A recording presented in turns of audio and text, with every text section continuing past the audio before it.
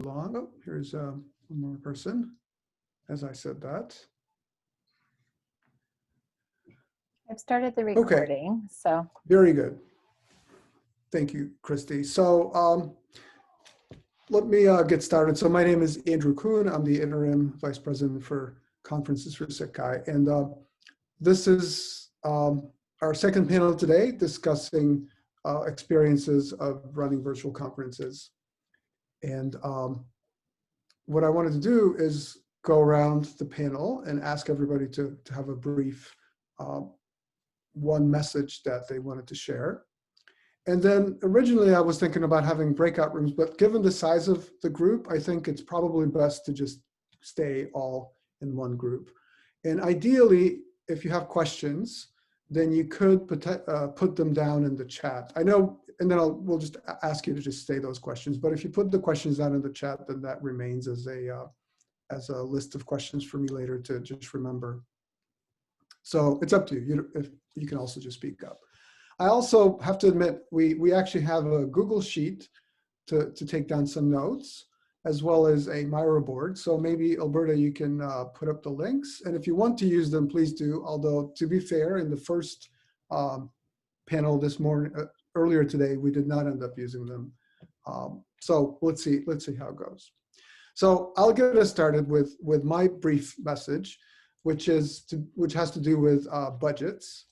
So I wanted to just either remind you or point out to you that SIGCHI has a policy regarding budgets for conferences that have basically are virtual conferences. And that has to do with the overhead. So usually you calculate your overhead based on your expenses, but given that usually expenses for virtual conferences are very small, then that overhead turns out to be, something on the order of a couple $100, which would not result in, financial stability for SIGCHI over a longer period of time. So for that reason, we ask, or the policies, I should say, that conferences that are going virtual use the amount from the last approved budget for a physical conference. So that's probably the 2019 conference. So you look at that budget, what was the overhead that was approved, and you'd carry that over to your next virtual conference. So, and we can come back to this, but I'm just going to look at the panelists. So Simon, you're the first one, top left in my screen, so maybe you can get us started. Okay, so maybe I could share my experience. I was co-chairing Mobile HCI 2020, and I believe that we managed to get the physical overhead for our conference. I think the strategy we went for is try to have a registration that was usually as cheap as we could, and basically add a publication fee on top of a registration for every offer, that everyone that had a paper or an extended abstract with us. The rationale was that, publication actually is something that costs quite some money. I think there was a post from Julie Williamson quite a few months ago about that. And we realized that in most cases, what you want as an offer, you want to make sure your paper is accepted, basically. And paying a slightly higher registration when you have a paper would still make, I think it was still around like 150 euros. So that would be like 180 USD per paper, or something like that. So it should still be manageable, and basically would still make a registration cheaper, even for an offer with a paper. And at the end of the day, by doing so and getting a few basically sponsors, we managed to get, I think, a few like 10,000 USD as overhead. I think, the numbers are not exactly in yet, but so that was the strategy we went for. And this way we also managed to keep the registration fee low enough for anyone else who wants to attend. And I think that was a strategy that kind of worked with Mobile HCI on a small scale, but obviously it would depend on the scale of conference as well. Thank you. Yeah, and just to follow up on that, as far as those fees go, I think one thing that I tell conferences, including Mobile HCI, is that I think conferences have real value. There is real value in the conference. So I think it makes perfect sense to charge a conference fee, and it should be something reasonable. At the same time, people are going to be hurting some people are simply not going to be able to afford coming to the conference. And I think at this point, you don't police that. People say, I have a financial difficulty, and they get in for free. That I think is a very reasonable approach. So just my 2 cents on that. Matt, would you like to go next? Sure. I guess my my quick, so I was co-chair with Andrea Grover of CSCW 2020 in October, and we were co-located with WIST, with Shamsi and Karen. And I guess my quick thing that I'll say is that sort of one of the things I think I realized is that how many assumptions I had about how conferences worked, and how many of those just went out the window. Like everything had to be rethought. I didn't think I would have to answer the question, what is a poster session, when I first signed up? And that's a question you have to think about. Like going back to the very basics and rethinking what all of these events are, what their purpose is, how they can best serve that purpose in this new or different medium. And that part of it turned out to be a lot of work. And just that sort of reimagining how things are going to proceed at the conference, what they're going to be. So I guess that's my opening 2 cents. Thank you. Andrea, would you like to go next? Sure. So I was also co-chairing with Matt, and he basically said approximately what I was thinking, which is like, we just have to rethink a lot of the interactions and at a much finer grain than I think we anticipated. Like literally who takes turns and who moderates this, and so much of that had to be thought through for every kind of everything, it seemed like. And leaving things for people to figure out generally didn't work. Unless there was an explicit, like, here's how you do the thing, or it's like just how we already do it in Zoom and other stuff, like they didn't necessarily grab onto it. So it's not entirely surprising, but it is kind of like,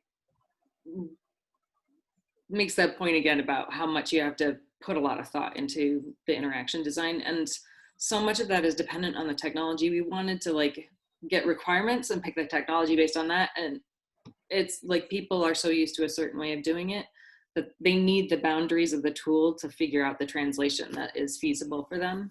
And so if we could have done anything differently, picking tool sets sooner would have smoothed that a little bit. Thank you.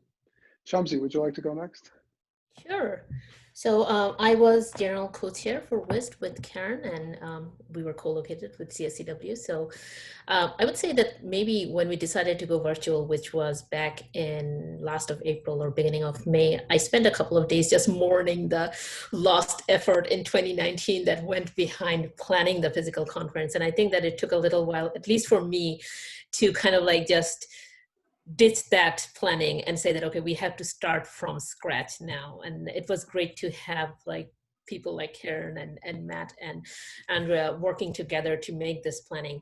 I think there are a couple of things that come to my mind immediately. One is that, as Andrea said, the figuring out the technology is important, particularly for WIST, which has a very strong interactive component. So how do you take that in-person interactive part, and then you create a kind of like a similar kind of experience online. And so that took a lot of planning. And so we had to add people to our organizing committee to make sure that we had the right people thinking about these problems and coming up with a solution that was going to work. The other one was thinking about the social aspects. And so I think that in our studies of conferences that were happening at that time, one thing that came out immediately was that the social component is what people are looking for. And there isn't really a very good solution. And so that's something that we also tried to address, and what we had come up with at the end, I think that it worked out far better than we had assumed. It was a bit of an unknown. And I think that just again, within the constraints of the technology, I think that people really made it work. And so that was one of the positives. Thank you. And then Karen, if you could go ahead, please. Can I share my screen? I made a slide because I can't talk without a slide. Sure thing. So, I don't know that I think that would be yep, Christine. yep, it's working. It's Oh, good. good. It's Okay, good. good.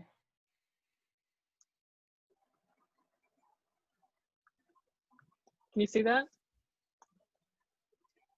Yeah, okay, so to some extent, so I was very fortunate to be working alongside Shamsi. So, you know, pick your team is a total good advice, but I figure everyone knows that.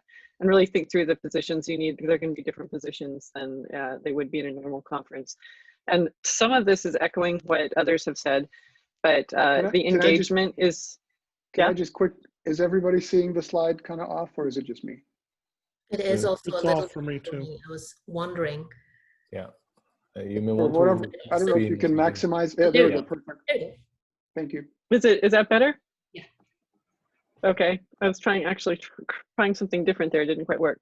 Yeah, so the engagement part is huge. And I think that what we're seeing, not just at WISC, but I'm trying to think of how many conferences my own students have said, oh, it's virtual, so I will register for it and it only costs $40. But then what does attendance actually mean? And people come without committing to the conference, and they're there, and you know, you have your registration number, and then you see who actually shows up to the sessions, and it's like half. And so, and the people who are there are maybe not participating in the way they would be if it was an in-person conference. And so I think it's a somewhat of a reality that people are, it's much harder to commit to being at the conference in this environment. You're not leaving home, you still have your normal life, you're kind of job splitting with all that. The time zone's probably horrible for you. But I don't know, it kind of sucks for the conference when that's happening. And so to the extent that you can actually think about interactivity and realize that if people are not interacting, sorry, my approach here was not working for sharing very well. Try that again. The approach, you can actually make the engagement be a really important part of the cycle, then I think that that's going to work better and have that embedded into everything. But also not just prioritizing the interactivity, but also embedding it, allowing the, making assumptions about when people actually can be there, like don't have long days, have short days. Think really hard about the time zones. These are things that of course you're going to do, but actually think that if you are prioritizing people showing up, and then make it possible for them to show up. And so one of the big things we did at WIST was we really thought a lot about the asynchronous part of the program as well as the synchronous part, and tried to acknowledge that maybe people, for their time zones or their schedules, they're only going to be there for part of it. Try and make that part count, give them access to the material at other times, and really think about how that experience might work for them and try and bring them more. But also, and of course, we had these very engaging, what turned out to be super engaging demo sessions, which are a big part of the WISC culture. Those went really well. A lot of people said they were surprised at how fun the demo sessions were. They thought it was going to be stupid and bad, and it wasn't. It was actually great, and they were unprepared for it. And a lot of them didn't show up because they thought it was going to be bad. And so I think part of it is actually communicating ahead of time to people that, no, this is for real. This is gonna be a real conference. We're really going all out. It's gonna be, this is what's gonna happen. Reserve the time in your calendar and actually show up. And I'm not quite sure, but I think that, you know, people are starting to make assumptions about what the virtual thing is gonna be. And then another thing that's important is looking back inward and really giving value to that great team you recruited. And we thought a lot about, well, student volunteers, you used to be, it was good to be a student volunteer because you got freebies. And now you're not really getting that. You know, registration was practically nothing for students. So how do you give that value to them? And we thought, well, what students get out of it is being connected to researchers, maybe the researchers that they really want to meet. And so we made sure that we had ways of doing that, and kind of whatever works for your conference, making sure that that's happening. Making sure that your org-com members are being seen, because they don't get to wander around the conference and like they're working super, super hard, harder than usual, inventing all this new stuff. And then no one they just have their name on the website, but no one actually sees them. They don't get to enjoy the visibility of going to the conference. And so trying to find ways of doing that. We made this video of really a kind of a funny music video where everyone was kind of sent in funny clips of themselves, and we played at the opening and put it on the website to try and give them visibility. Sponsors didn't want to sign up at first because they couldn't see what the point of sponsoring a virtual conference was. And so we worked hard to figure a way to give them value. It turns out they thought afterwards that the chat rooms on Discord were bomber, and they just got lots and lots of traffic, and they said this was awesome. This was like the best payback for least amount of work that they've done before. Like they really appreciated that. And then finally, documentation, making sure that there's instructions for how to do everything in a place that's very accessible for people, so that when you're actually running that event and people are trying to figure out how to use the technology, that they have very clear instructions that are right there for them, and it goes a lot smoother. Anyway, just a few tips.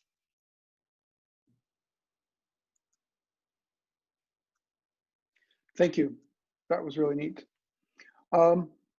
So perhaps one thing we could do is to keep going around the room, if that would work for everybody. So maybe the people who haven't spoken yet, perhaps you can tell us about the conference you're representing and perhaps what you're thinking. And if you already have a question, we can also get started with that. So I don't know, Daniel, would you like to go first? Sure. Am I reading that we're thinking about time and you're trying? Is that, I'm not sure what the change in direction signifies, Andrew. Are we modifying what we're doing? So I thought about having, originally my thought was we're going to have breakout rooms. It seems to me that the group is small enough that breakout rooms perhaps don't make that much sense, if that's okay. And then I was thinking at this point, go ahead and ask questions. So if people are ready to ask questions, then please go ahead. But one way to just continue talking, and I just wanted to know, you know, it's a small enough group that I think it's worth going around the table and having Sure. everybody at least tell us. So that's my thinking, if that works. Sure. I mean, I don't think I have a lot to say, nor any specific questions. I'm more here just to learn from what everyone else has experienced. But I guess what I would share, and this is easy to say, I've chaired our conference before, but I did not this year. I'm on the steering committee. And I was surprised at how well it went. And I know there was an absurd amount of work from our general chairs and TPCs, but I went in with, I think, moderate expectations and came out really blown away. I don't know to what extent it reflects the fact that our community is quite familiar with some of the tools we use, like Discord, because it's a video games conference. But it worked exceedingly well. And I really think there were many benefits that are just actually better ways of doing things that we would carry forward, even were we to return to a physical conference. And so, yeah, I guess I'm a bit Pollyanna about it all. I miss catching up with my friends. I can't, of course, you can't deny the loss of some of the value of face-to-face. And certainly we experienced the same thing that others are talking about. I experienced it personally. You just can't attend everything, nor hope to be as present as you would be otherwise. But yeah, there were lots of nice little bonuses, which I guess, thinking about steering the conference moving forward and the likelihood that we will stay in a virtual space, at least for a while. I guess my primary agenda today is to think about more ways to leverage those little benefits that others might have found. Thank you. Yeah, I agree. It seems like at least 2021 is going to see all of our, it seems to me all of our conferences will have at least some virtual component, if not purely virtual, because it doesn't seem to make sense to ask people that they must travel no matter what, right?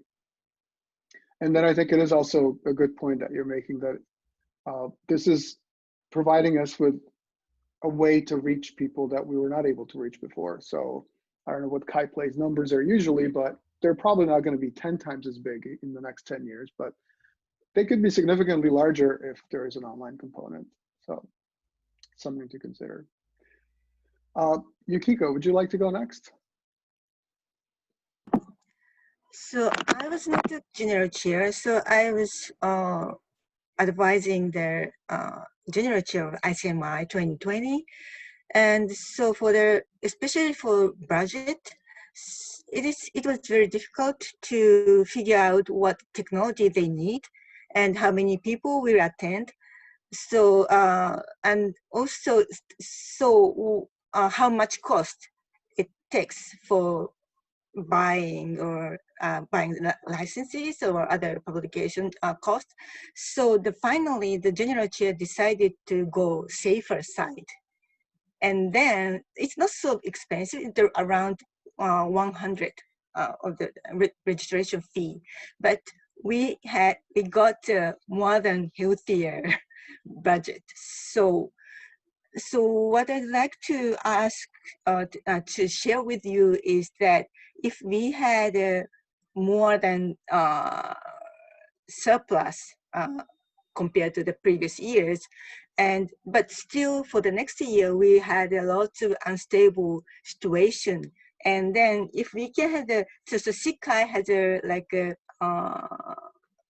program that we propose some idea, then we can get some money to spend for that special event. And if we can have a special a budget for the next year to use the surplus money for the last year conference, especially for the virtual conference event, that would be really helpful.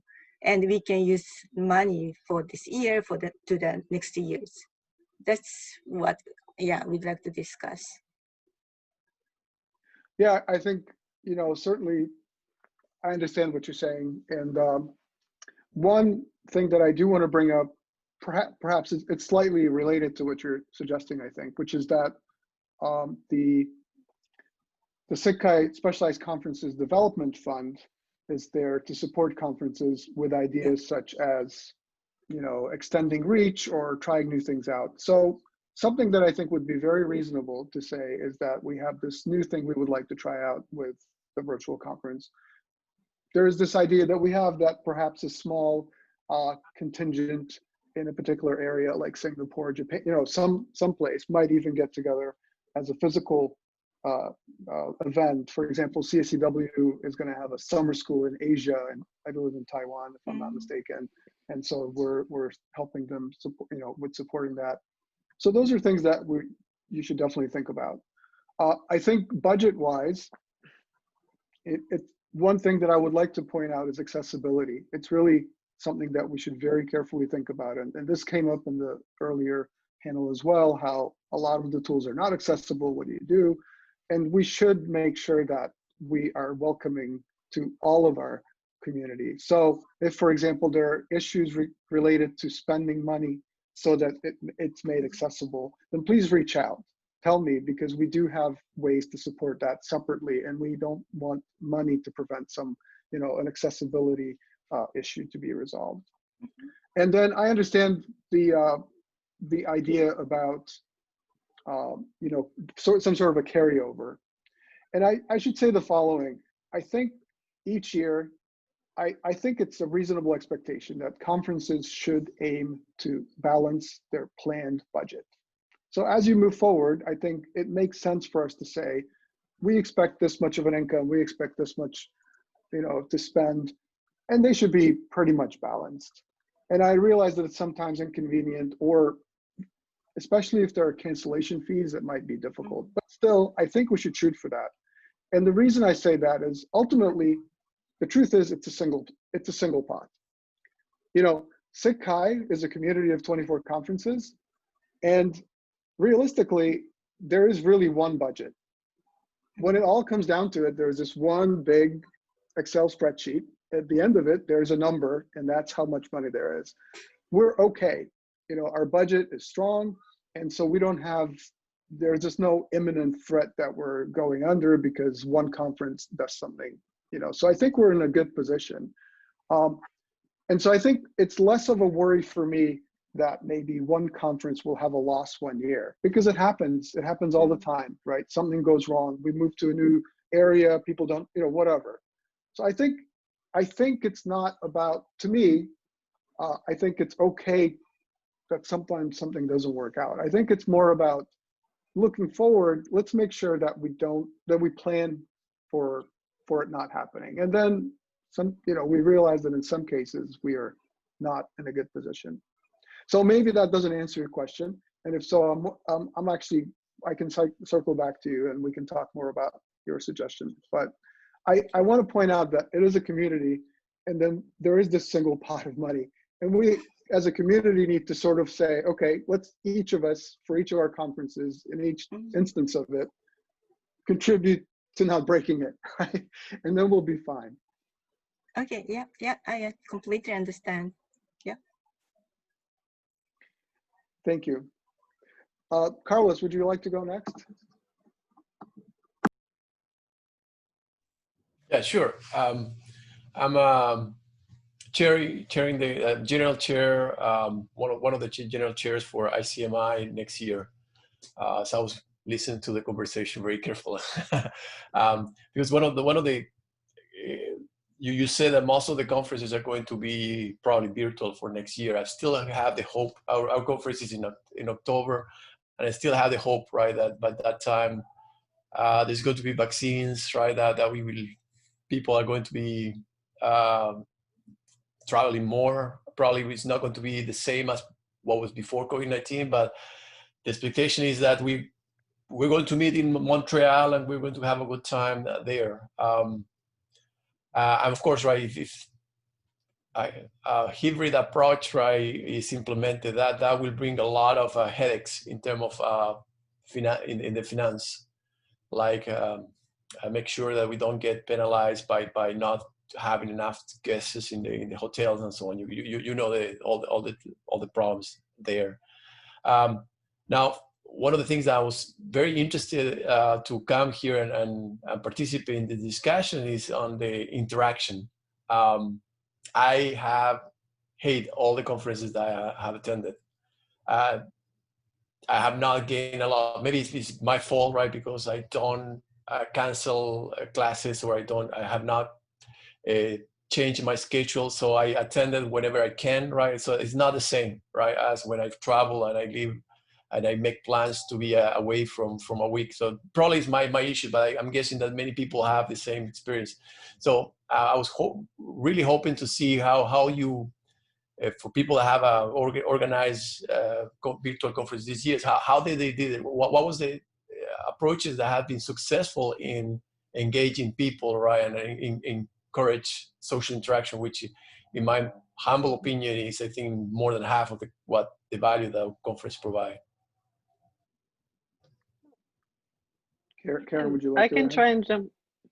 Yeah, and I think Shamsi will back me up on this. We chose Discord after trying a lot of different things. So this is a platform answer. And I totally agreed with you that the social interaction was absolute, very, very high priority, that there's kind of almost no point in doing the conference without that, or it's just a checkbox, let people say they presented their papers otherwise. And I was, even up to the start of the conference, I was very nervous about it. I wasn't at all sure that this was going to work, or that it was not going to be overwhelming, and is Discord actually going to work out? Part of the choice of it was because it was more accessible than some of the other platforms, but that doesn't mean it's good, right? And what just completely shocked and blew me away is how well it worked. And it didn't work until everyone was there. And then when people showed up, suddenly it started working. And what I've thought a lot about it, and I think what Discord, and there's probably other tools that have the same affordances, but it actually lets you move around from room to room and see where other people are, not in a literal geospatial thing, but in a kind of an abstract way. And it makes a huge difference in the way you can pop into a conversation with someone. And so we were very careful, very, very thoughtful about how we set up the Discord server. And Discord was not our friend in this. It doesn't have the bells and whistles that lets you really organize it the way you would like to. It's the UI is not great, but it was good enough. It was just barely good enough that we could actually kind of make these social spaces that people could go land in. Certain people in Oregon could create their own channels to do some special things. And the quality of the conversations, which kind of popped into video chats or were partly text, when you organize the rooms in the right way, plus people could pop into just private conversations, it was really surprisingly good. And then the demos were great because they were all in Discord rooms, and you could just pop in, you could see how crowded the room is. And it actually felt kind of like being at a conference. There was a sense of presence that this all gave to it that just shocked me. And I remember we had the opening reception, which is such a fun thing at a conference. I thought, oh, it's going to be horrible. But actually, I remember showing up to the opening reception and saying, oh, Andy, hey, it's great to see you. It's like, I haven't, it was like going to a conference and running into your friend. And I was just shocked. And so I think that those kinds of things, it's kind of hard to predict how well they're going to work, but they might be better than you think if they're really set up well. And it's not the glitzy, glamorous technology necessarily that's going to work best. So I don't know if other people have other. So I know that CSCW folks, you used a different technology, and interested to hear how you think that went.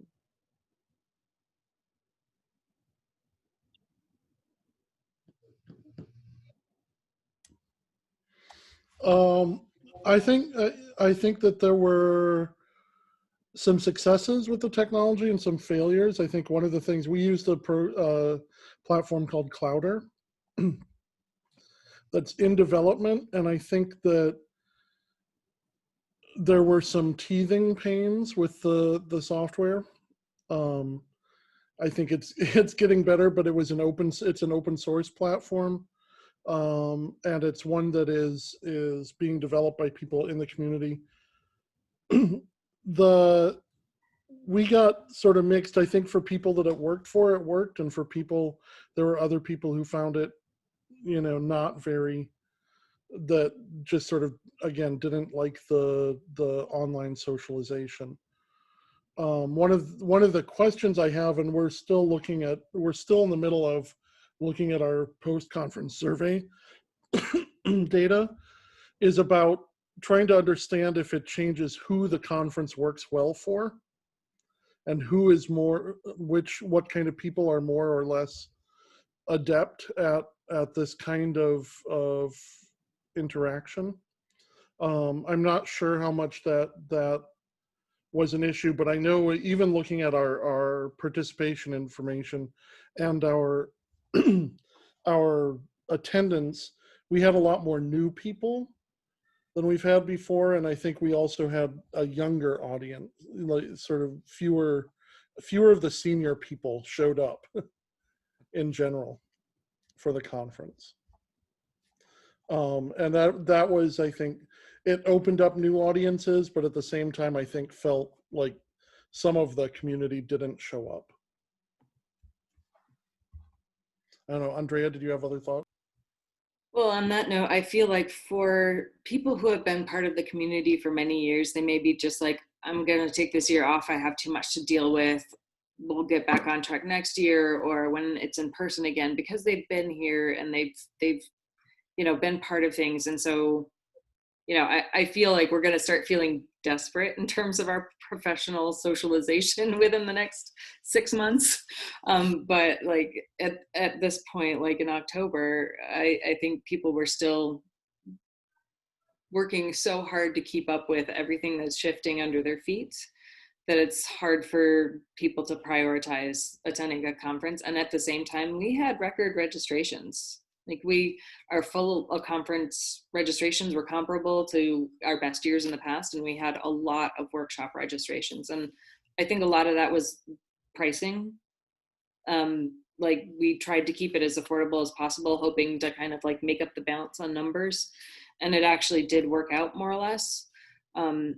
But like Matt said, it's a somewhat different group. And so I was in sessions where people were like chatting and it was working very smoothly. And in others where it was just crickets. And so some of it I think can be attributed to the session chair as well. Apparently, like when one of them started telling knock-knock jokes when, there was a issue with technology or something to fill the time, and it kept people entertained and engaged and like having an experience.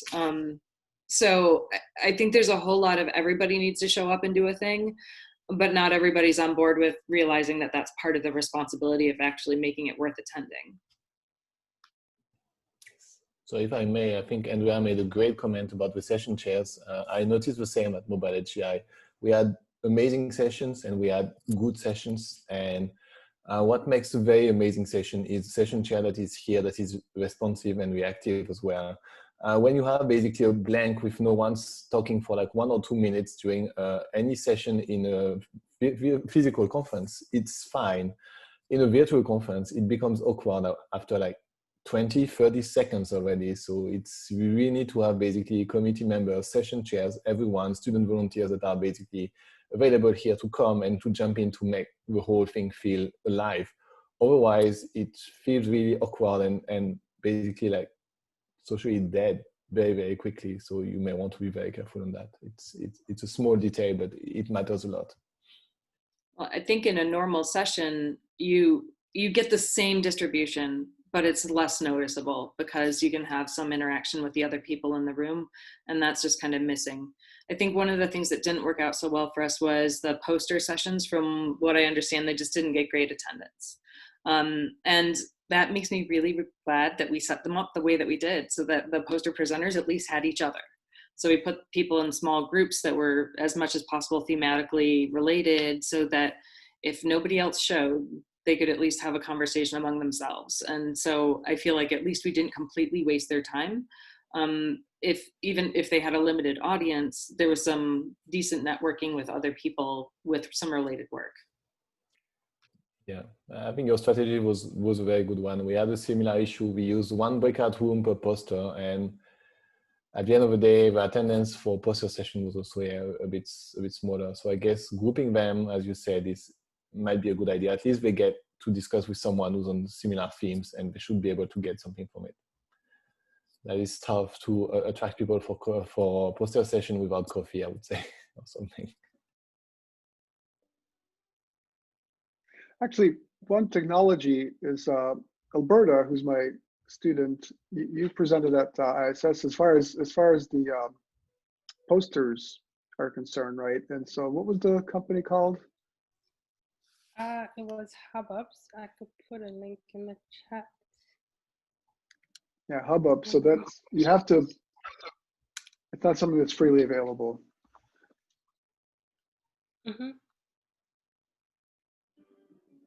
I feel like we kind of got peppered with a number of pitches for services like these, Yeah. and it was difficult to evaluate adequately. We knew our community would not be terribly tolerable of non-accessible technologies, and practically everything is not accessible.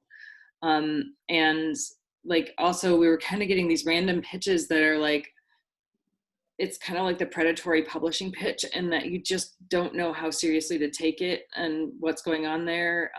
And so there's some things that sounded interesting, but we just couldn't like chase all of those details, even though we had other people to help out. And Shamsi, were you going to say something? Sorry. Yeah, so I think that the topic moved a little into the technologies. I wanted to revisit a point that you made, Andrew, and as Matt brought up as well. Having a virtual conference kind of like increases our outreach to other people. And I think that we in particular, we were very cognizant of the fact that we were hoping to see more new people come into the community, because this is where the registration costs are low, and we had specially discounted registration rates for people from the Global South, and also discounted rate for students and all of those things. And I think, I'm just looking at the registration numbers, we did have a big jump in the number of students who had registered for the conference. One of the things, and this is something that we didn't necessarily plan ahead, but I think that around day one or so, we realized that we have to find a way for engaging the newcomers. When they're in a physical conference, they get to meet people, they're talking to people, they have their advisors who are introducing them, but in the virtual conference, they're kind of lost, and they don't have the social capital to go out and introduce themselves and talk to people. So what happened, and this actually happened quite organically, I think that in one of the discussion sessions, some of the senior members said that, okay, I'm going to just open a channel where this is the newcomer welcome, and we're just going to make sure that there's some senior member who is always there. And so people just volunteered that I'm going going to be there from 7 a.m. to whatever time. And then it turned out that lots of newcomers, they showed up, they interacted with the senior members in the community. And I think that that worked out really well. And this is something that wasn't necessarily planned ahead. It just happened. But I think that things like this, where we make a conscious effort of making the newcomers not only attend the conference, but also feel that they're integrated in and they're able to talk to others in the field. I think that that was super important. And that's also part of the kind of the interaction that we were hoping to get. Can I just jump on? That was a great story that I'd forgotten about that. And there was another idea that came up after the conference to take that idea even further, which is we kind of got feedback that one of the challenges that the newbies would have was feel very uncomfortable, like going into a poster session where you're in a room, and like I go into a poster session, I'm scanning the list to find the empty room because then I can just have a conversation with someone and not have to compete with a lot of other people. I avoid the crowded rooms, but we found that the newbies would avoid the empty rooms and only go to the crowded ones because they wanted to just listen and lurk and not talk. They were nervous about being the only one in the room. And this was leading to a skew in the, like people weren't spreading out equally. It was all clumping up. And even some of the people, including myself, found that I would be in a room and then suddenly all these people would show up and then they'd follow me to the next room. And you sort of start to have this little halo of people.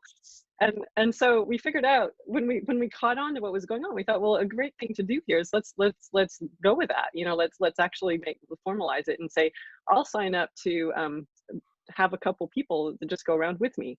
So sign up and I can your buddy and we'll go travel demos together if that's actually a problem, and then you're having all kinds of nice dynamics going on at the same time and introducing new people, and yeah, so, and that would also be a nice thing to do even in a in-person conference now that we thought of it, some kind of buddy arrangement like that.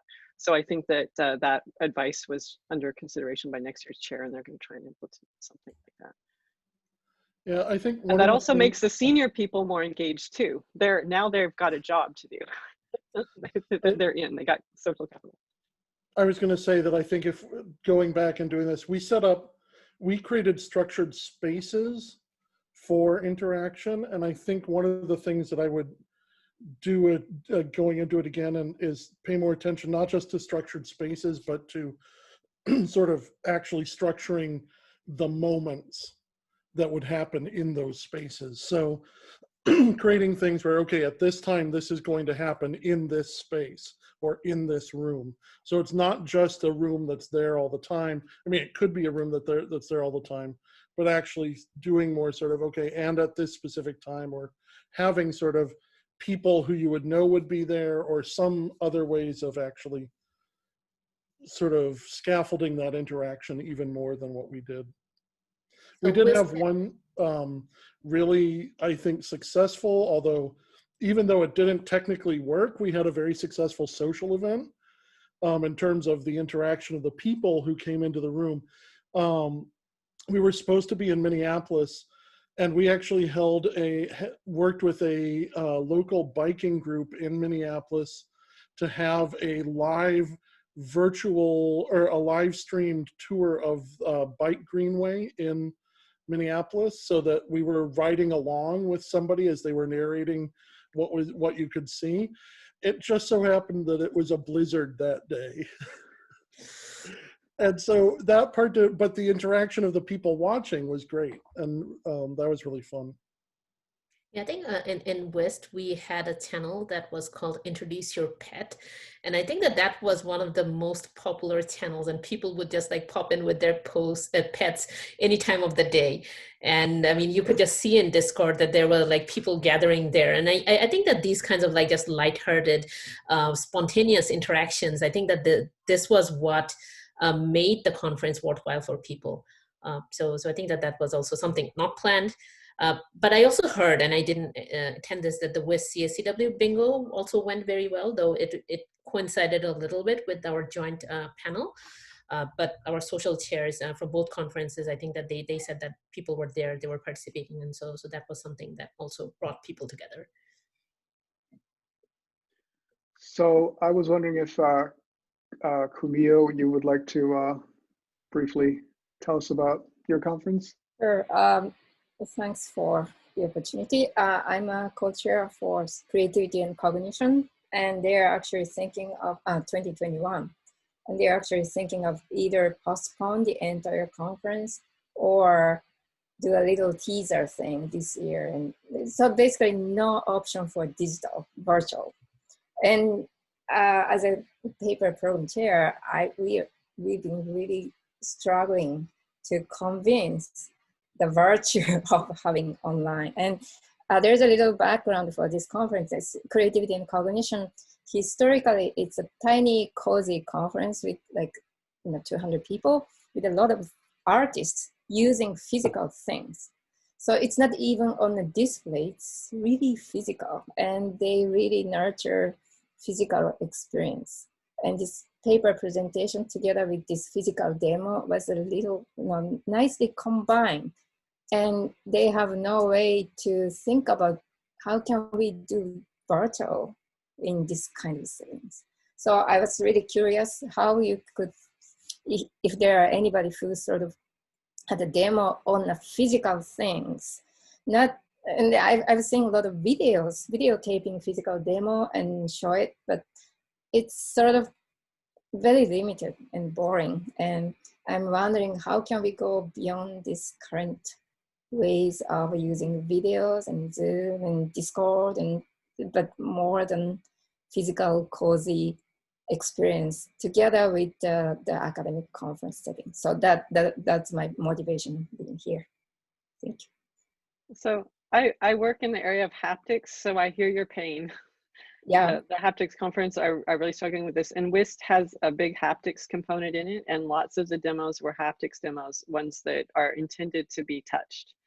And then other demos were not intended to be touched. They were very visual, I should say. And so it was interesting to watch. There's a huge range in the quality of the demos. Some people pulled it off super well. Like I felt like the demos experience was possibly better than being in person. They made clever use of cameras and having multiple camera streams and showing everything, and it worked really well. Others, they didn't go to that extra effort, and it was underwhelming. It was harder to tell and have the experience. But I really understand what you're saying about the need. You have to get your hands on it, and it's just a pale imitation, or you're guessing a lot at it. And right. I think that there's some clever things that we can do. In I'm just thinking my experience in a million haptics demos that I've tried to do virtually over the years. There's some cleverness you can do with camera works and trying to show simulations of things. But it is really hard, and I could understand if that is the entirety of what you're actually trying to display. That right. Plus, a lot of the audiences are artists, so literature, musicians. They are not necessarily good at like technology. So videotaping and editing, it might be not an option. No, that I think that the pre-production was not the answer. It was more setting up cameras to be live. And so there was some technology in it, but it's not, I think it's much more accessible. I think it's more, buy a good webcam and make sure that you can actually have two cameras set up so that I can have the one that I'm talking into, and I can also have the one I'm holding to kind of show around the object and give people lots of views. It doesn't have to be that hard, but it's still going to be a visual experience. It's not going to be obviously a handheld experience. But and so a platform really, that lets you have promising. And I'm wondering if you have, is there any way that you share that kind of experience, know-hows, or is there any sites sharing that kind of experience or information? Are you aware of? Yeah, I'm not sure we captured it sufficiently from WIST. In hindsight, it would have been nice to kind of request recordings of a couple of really good demos to save as examples, and we didn't do that. But I think that the main thing is having to being careful about video feeds, using a technology that can support multiple video feeds. Discord was kind of right on the borderline of being able to handle that. Technically, it is supported, but load and bandwidth and slow down and glitches starts to be a problem if you push it too hard. And then the other thing is just rehearsing it and being really prepared. It's more work to set it up, but you don't have to travel. Yeah. Well, thank you. Yeah. I think one of the things that our demos chairs also did is that they had multiple sessions prior to the conference with the demo presenters, and they recommended best practices as well. I mean, again, I don't have like very deep insight into what interactions went in there, but it might be useful to kind of like see if they are planning to write this up, or I mean, I briefly heard that someone was planning to write this up, and just from the point of view of how to set up the demos. But I believe that there is a need for the chairs to also work closely with the presenters and figure out what is the best way of doing the presentation. Thank you.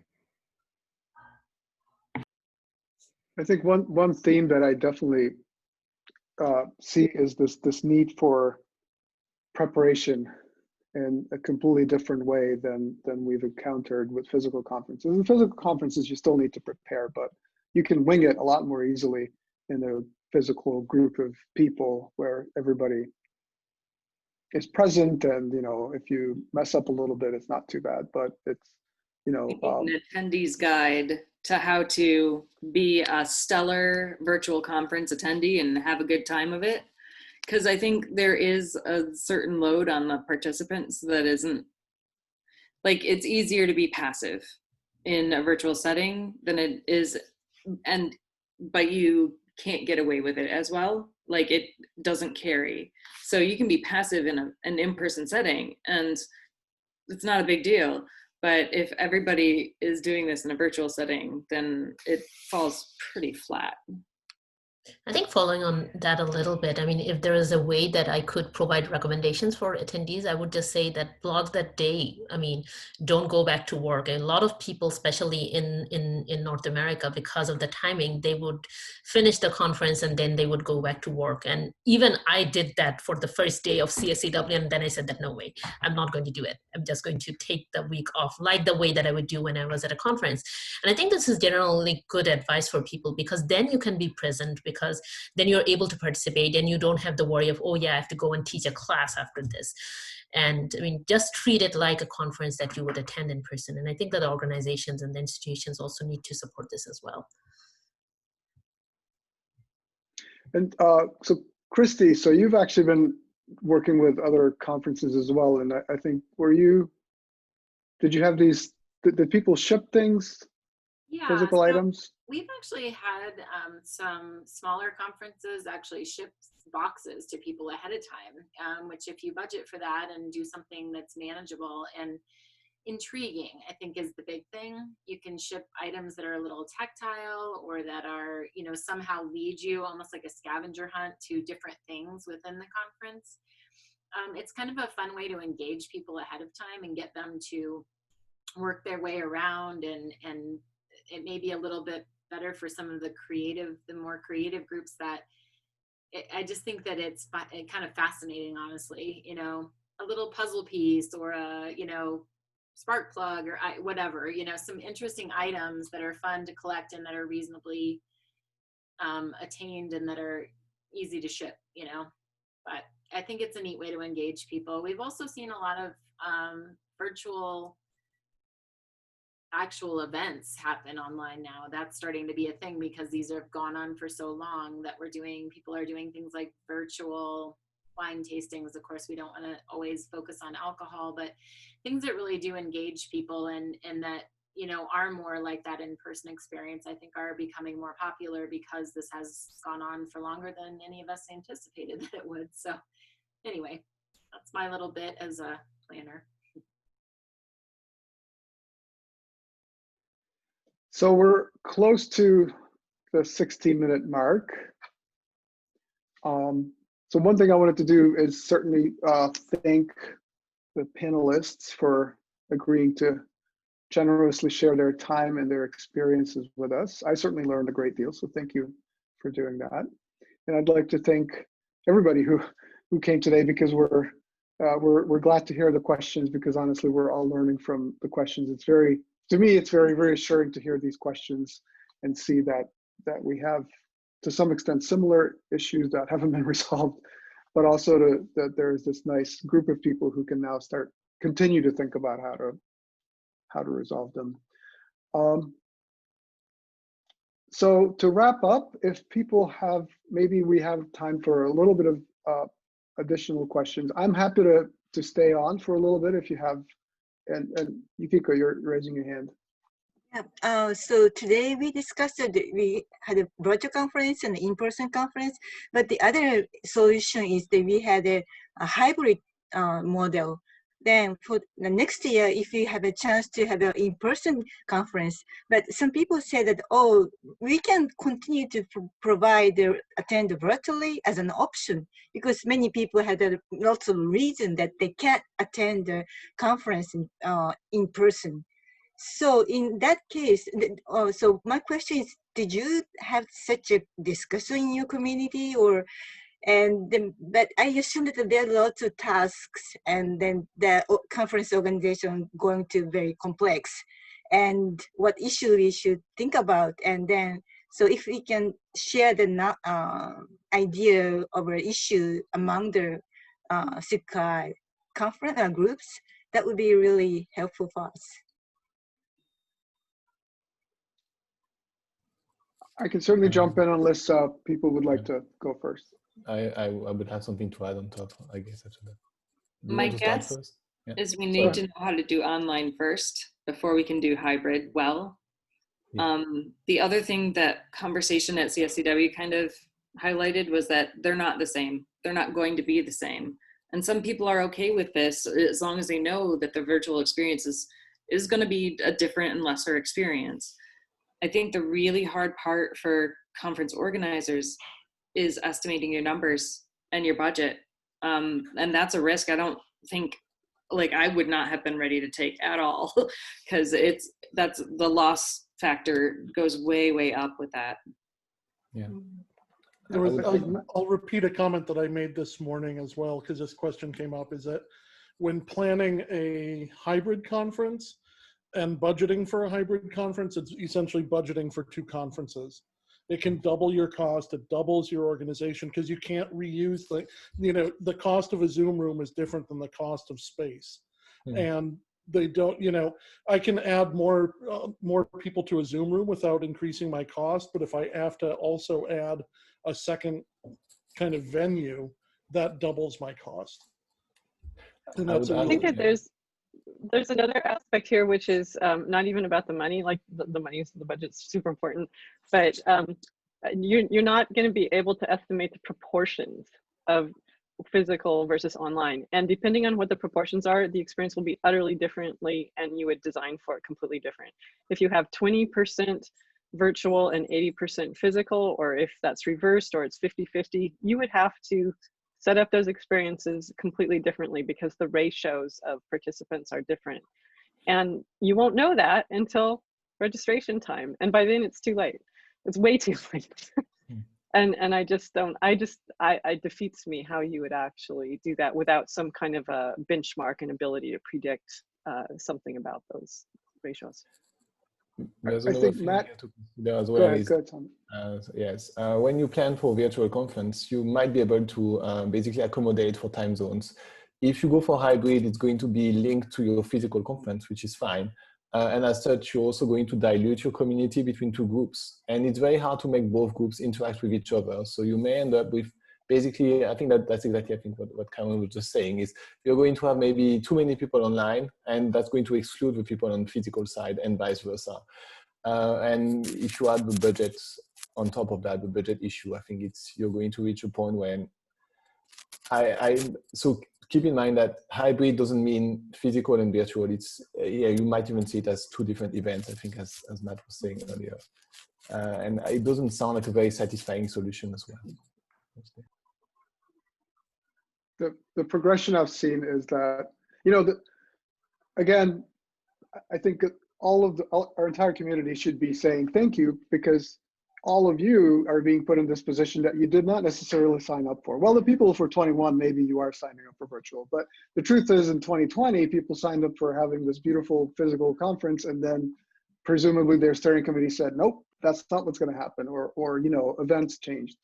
But so I think people start out saying, I have a physical conference to organize, and that's exactly what I will do because I want to do it. That's the best way to do it.